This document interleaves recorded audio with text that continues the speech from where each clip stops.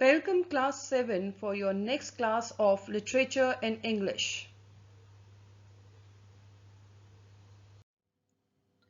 The next poem that we're going to take up is The Cherry Tree, written by Ruskin Bond. Let us know a little bit about Ruskin Bond. Ruskin Bond was born on 19th May 1934. He is an Indian author born in an Anglo-Indian family who lives in Missouri. As Ruskin spent his childhood days at the foothills of Himalayas, the influence can be seen in his work, be it a story or a poem.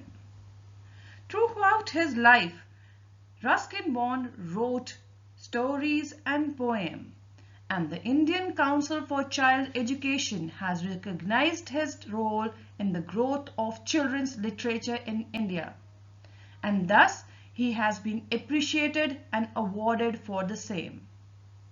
He got the Sahitya Academy Award in 1992, the Padma Shri in 1999, and Padma Bhushan in 2014. He wrote his first novel when he was 17, The Room on the Roof, which was published when he was 21. Today we shall read a poem by him, The Cherry Tree, which he wrote while he wrote A Fiction for the Children, The Cherry Tree, a Story.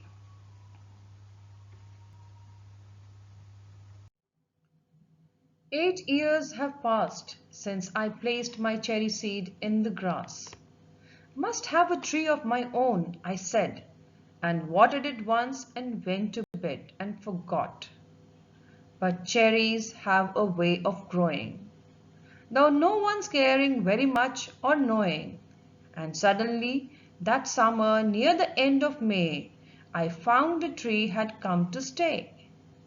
It was very small, 5 months' child, lost in the tall grass running wild.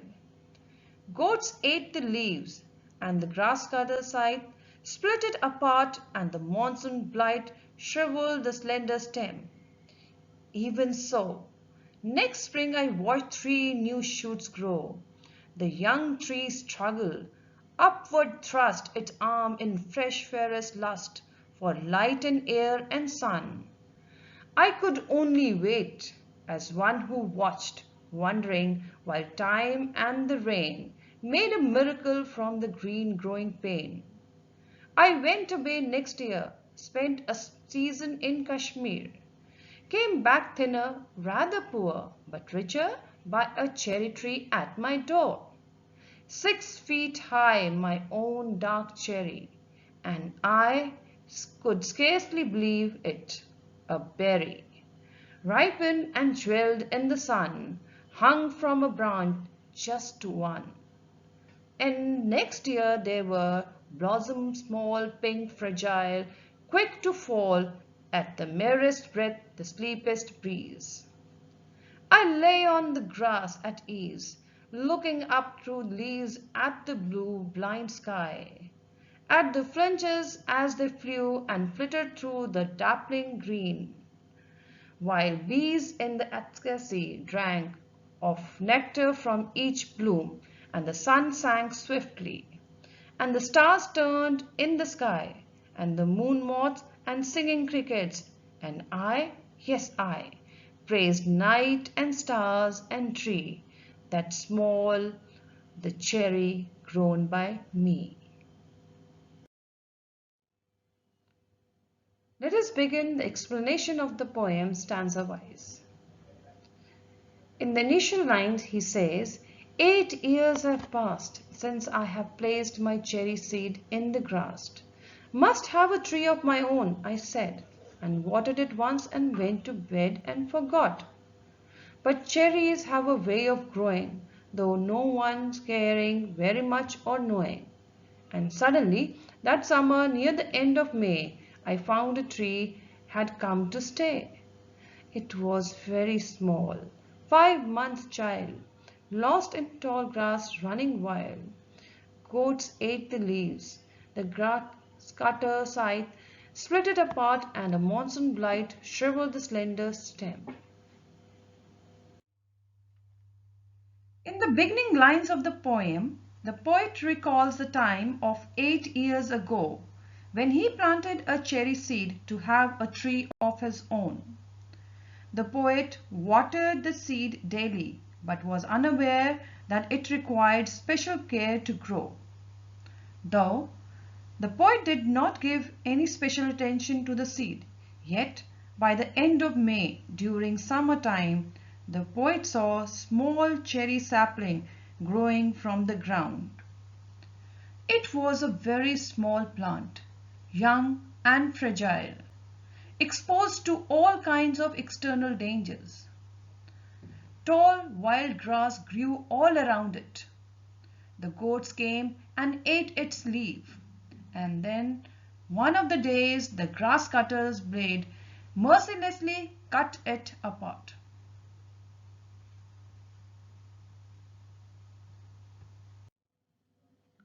In the second stanza, the poet continues to say, "Even so, next spring I watched 3 new shoots grow.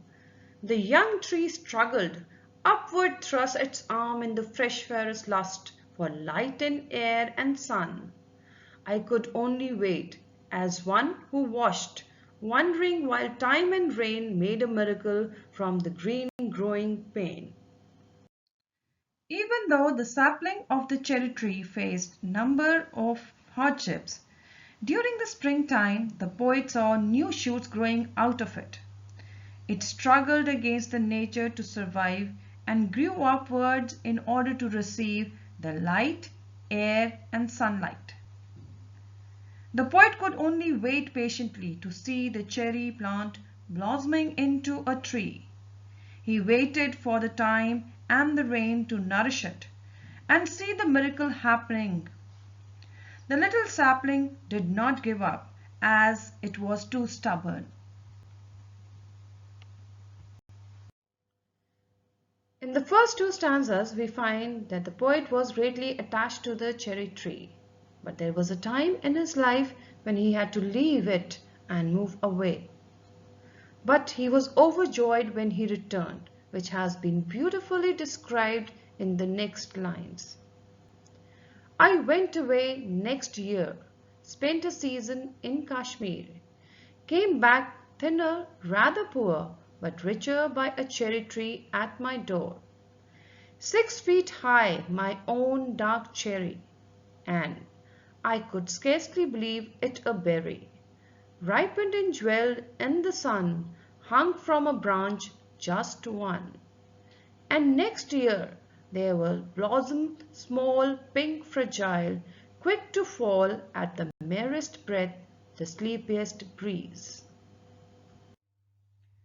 Though the poet wanted to see the plant grow before his eyes, but there was a time when he had to bid goodbye to it and go to Kashmir in order to spend a season with his parents. The poet returned after a few months, poor in health and heart, but was overjoyed to find a 6 feet high dark cherry tree at his doorstep. To his disbelief, he saw a small berry fruit hanging from a branch. Hung from a branch just one, a small, little, pink and fragile berry that could fall at the single stir of wind. But the next year it was overloaded with endless number of cherries. On seeing this, the poet was filled with happiness. As the poet was overjoyed on seeing the fruit on his tree, he says, "I lay on the grass at ease, looking up through the leaves at the blue, blind sky, at the finches as they flew and flitted through the dappled green, while bees in an ecstasy drank of nectar from each bloom, and the sun sank swiftly, and the stars turned in sky, and the moon moth and singing cricket, and I, yes I, praised night and stars and tree, that small cherry grown by me." As the poet was very happy on seeing the tree bearing cherries, the poet says he lay on the grass the whole day at leisure to look up at the blue sky. He saw the finches, the birds, flock in and out of the tree, and the bees drinking nectar from each bloom. Soon it was dark, and star lit the whole night sky. The moon moths and the crickets began singing. As the poet enjoyed the beauty of nature and felt himself one with it, he wondered at his own creation, the small cherry plant that has grown into a big tree over the span of 8 years. In the end of the poem, the poet associates himself with nature and the Creator, for now he has a tree of his own and he felt connected to the nature. Thank you, children. Hope you have understood the poem and would be able to make the best use of this video in order to solve your worksheet.